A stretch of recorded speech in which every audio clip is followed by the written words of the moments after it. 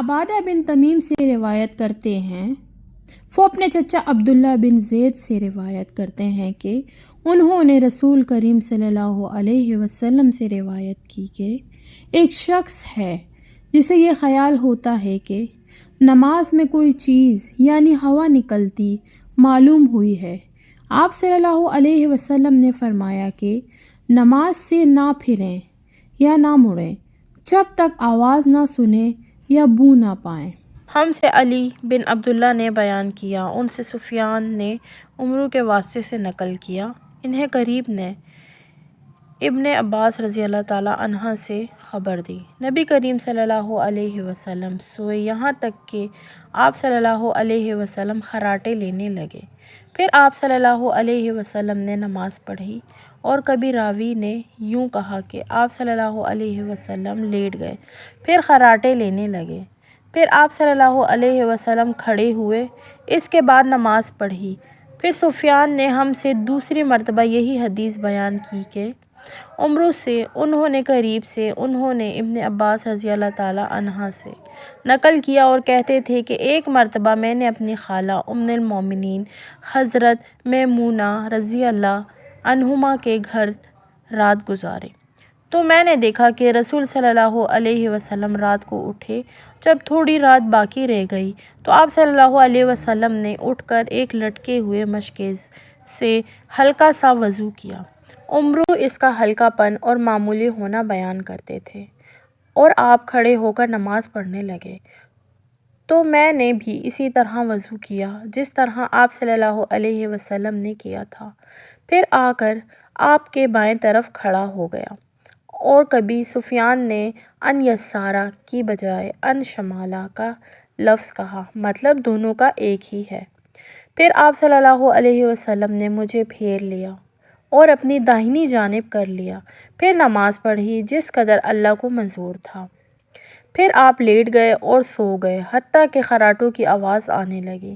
پھر آپ کی خدمت میں مؤذن حاضر ہوا اور اس نے آپ کو نماز کی اطلاع دی۔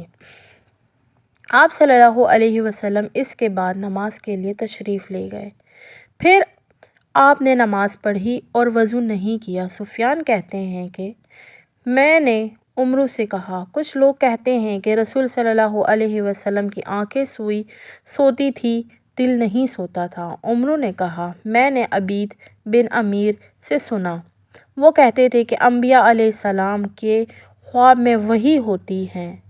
پھر قرآن کی یہ آیت پڑھی، میں خواب میں دیکھتا ہوں کہ میں تجھے ذبح کر رہا ہوں۔ اسامہ بن زید رضی اللہ تعالیٰ عنہ سے سنا، وہ کہتے تھے کہ رسول اللہ صلی اللہ علیہ وسلم میدان عرفات سے واپس ہوئے، جب گھاٹی میں پہنچے تو آپ صلی اللہ علیہ وسلم اتر گئے۔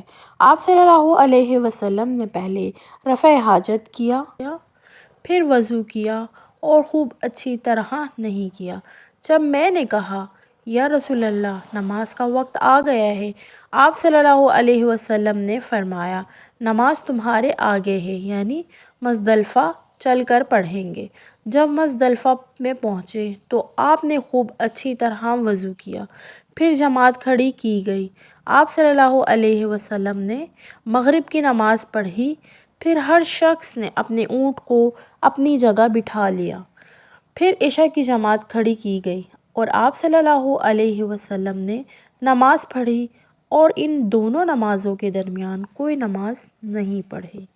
ایک مرتبہ انہوں نے یعنی ابن عباس رضی اللہ تعالیٰ عنہ نے وضو کیا تو اپنا چہرہ دھویا، اس طرح کہ پہلے پانی کے ایک چلو سے کلی کی اور ناک میں پانی دیا، پھر پانی کا ایک اور چلو لیا، پھر اس کو اس طرح کیا یعنی دوسرے ہاتھ کو ملایا، پھر اس سے اپنا چہرہ دھویا، پھر پانی کا دوسرا چلو لیا اور اس سے اپنا داہنا ہاتھ دھویا، پھر پانی کا ایک اور چلو لے کر اس سے اپنا بایاں ہاتھ دھویا، اس کے بعد اپنے سر کا مسح کیا، پھر پانی کا چلو لے کر دائنے پاؤں پر ڈالا اور اسے دھویا، پھر دوسرے چلو سے اپنا پاؤں دھویا یعنی بایاں پاؤں۔ اس کے بعد کہا کہ میں نے رسول اللہ صلی اللہ علیہ وسلم کو اسی طرح وضو کرتے ہوئے دیکھا ہے۔